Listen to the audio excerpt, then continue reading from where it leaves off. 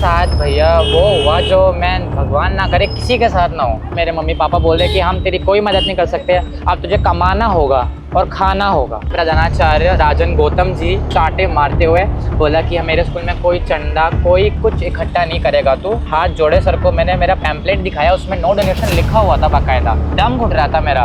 1.5 घंटे तक मैं सह नहीं पाया। मैंने धक्का मारा गेट को, बड़ी मुश्किल से बाहर आया तो तुरंत गार्ड ने मेरा हाथ पकड़ लिया। उन्होंने मेरे को लाठी से पिटवाया। एक फीमेल टीचर को उन्होंने इस बात से एग्री करवा लिया। उन्होंने मेरे ऊपर झूठे एलिगेशन लगाए। किसके? कि मैं फ्लर्ट करता हूँ टीचर्स के साथ, मैसेज करता हूँ उन्हें रात। पुलिस द्वारा हाथ पकड़ के और बोला चुपचाप घर चला जा, कुछ नहीं हो सकता क्योंकि बहुत बड़ा स्कूल है। तो उन्होंने मेरे को ऐसा कहा कि तेरे लिए टाइम नहीं है मेरे पास। 12th क्लास के बच्चों को जो PCM के मुझे इतने बुरे तरीके से मारा सर, इतने बुरे तरीके से मारा। मेरा फ़ोन तोड़ दिया, मेरा स्पीकर तोड़ दिया। मेरे पापा की दोनों किडनियाँ फेल है। पारिवारिक स्थिति अत्यंत, आर्थिक स्थिति बहुत ख़राब हो चुकी है क्योंकि पापा के डायलिसिस रेगुलर चल रहा है।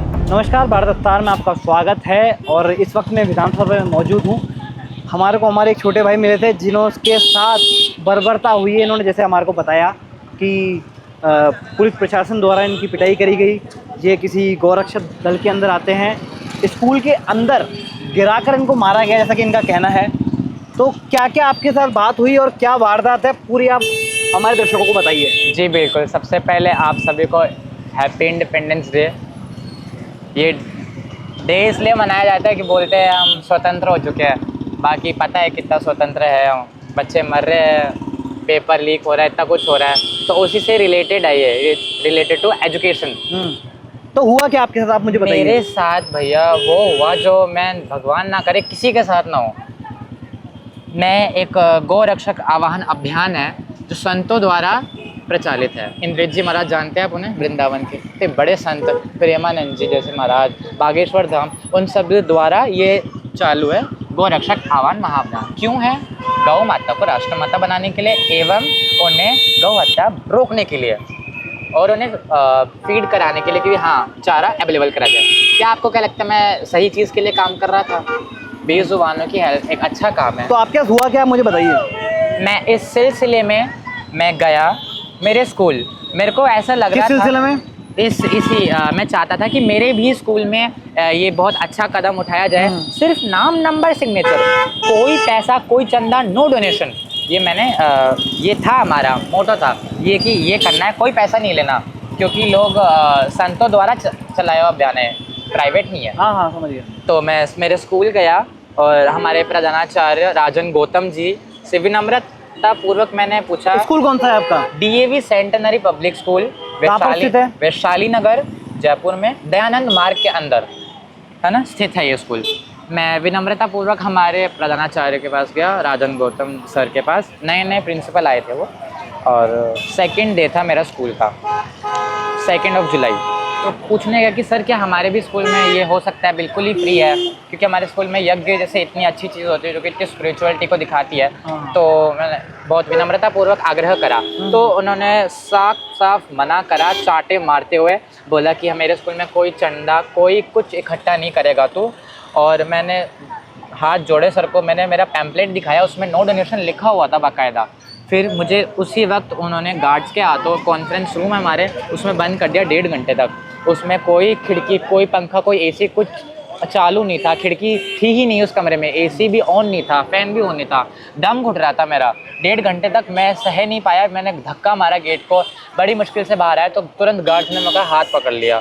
मैंने बोला मुझे जाने दीजिए, मैं नहीं करूँगा ये अभियान, छोड़ दूँगा, बट प्लीज़ मेरी पढ़ाई को, प्लीज़ मुझे कुछ बनना है, प्लीज़ मुझे छोड़ दीजिए, जाने दीजिए।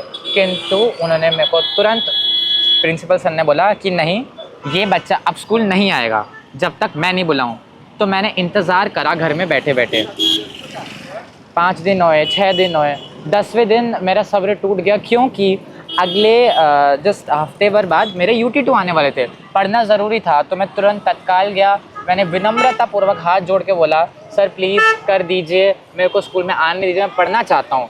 उन्होंने मेरे को लाठी से पिटवाया भयंकर तरीके से। किसने पिटवाया लाठी से? प्रिंसिपल सर ने, गार्ड्स के हाथों। प्रिंसिपल सर का नाम है राजन गौतम। उसने एक नाबालिग बच्चे को जो 15 साल का है, उसे लाठी से पिटवाया भयंकर तरीके से। एक फीमेल टीचर को उन्होंने इस बात से एग्री करवा लिया, उन्होंने मेरे ऊपर झूठे एलिगेशन लगाए, किसके, कि मैं फ्लर्ट करता हूँ टीचर्स के साथ, मैसेज करता हूँ रात रात, विच वॉज टोटली रॉन्ग।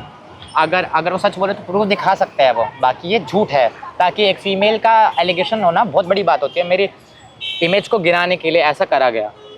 और उन्होंने मेरी तुलसी माला तोड़ दी, मेरी दुर्गा माता की मूर्ति तोड़ दी, जिन्हें मैं ख़रीद के लाया था अष्ट धातु की, मैं अपने हाथ में रखी थी, वो गिरा दी।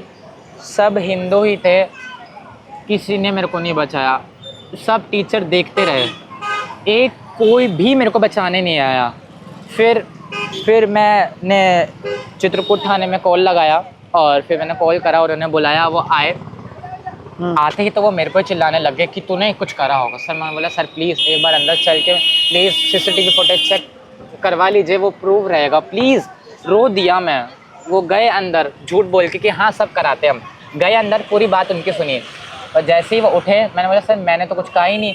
तो उन्होंने मेरे को ऐसा कहा कि तेरे लिए टाइम नहीं है मेरे पास, तेरे लिए मेरे पास टाइम नहीं है।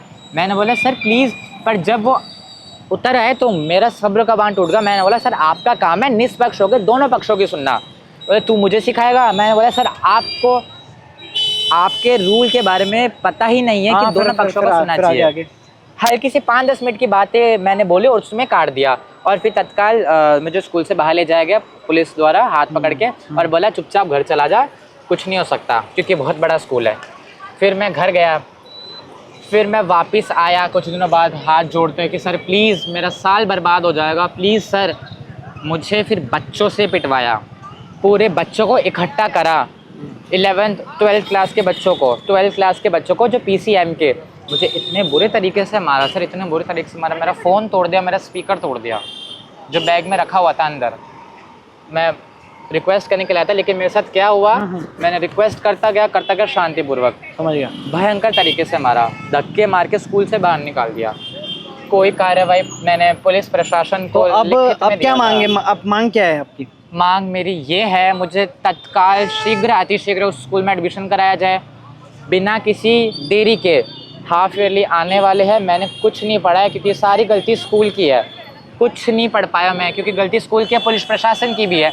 अगर मेरा साल बर्बाद होता है इसके ज़िम्मेदार ना ही सिर्फ DAV स्कूल वाले, वो पुलिस प्रशासन भी होगा, जिनकी वजह से कोई प्रूफ एविडेंस नहीं इकट्ठा हो पाया। मेडिकल जांच करा सकते थे, नहीं कराई गई, मुझे बेवकूफ़ बनाया गया, ऐसा बोला गया कि आपकी जांच चल रही है, जबकि वो पुलिस अधिकारी जिनका नाम है हवा सिंह, ASI है वो रैंक में, मुझे बाद में पता चला कि उनका तो ट्रांसफ़र हो चुका है। मेरे को वो झूठ बोल के पागल बना रहे थे, उनका ये कहना था कि वो आपकी जांच कर रहे हैं, पर मैं हायर अथॉरिटी के पास जाकर पता चला उनका तो ट्रांसफ़र हो गया है। मेरे को बेवकूफ़ बनाया। मेरी मांग ये है, मुझे तत्काल शीघ्र अतिशीघ्र स्कूल में पढ़ने बैठने। घर वाले आपकी हेल्प नहीं कर रहे थे? नहीं, वो उनका कहना ये है सर, वो हताश हो चुके हैं, वो हार चुके हैं, अपना मनोबल खो चुके हैं। मेरे पापा की दोनों किडनियाँ फेल है और मम्मी उनके साथ ही रहते हैं। पारिवारिक स्थिति अत्यंत, आर्थिक स्थिति बहुत ख़राब हो चुकी है, क्योंकि पापा के डायलिसिस रेगुलर चल रहा है। वो रुकेगा तो सर डायलिसिस रेगुलर, पता है, सबको पता है, रेगुलर चलना चाहिए। पापा कुछ नहीं कर सकते, दे आर हेल्पलेस, डॉक्टर ने मना करा कहीं नहीं जा सकते, हार चुके हैं। मेरे मम्मी पापा बोल रहे कि हम तेरी कोई मदद नहीं कर सकते, अब तुझे कमाना होगा और खाना होगा। ये वर्ड्स थे उनके आखिरी, तुझे कमाना होगा, खाना होगा, पढ़ाई तू अकेले नहीं लड़ सकता। बट मेरे को भरोसा था मेरे भगवान के ऊपर, मुझे अभी भी भरोसा है, चाहे कोई करे ना करे, लड़ूंगा आखिरी दम तक। जय हिंद, जय भारत। धन्यवाद।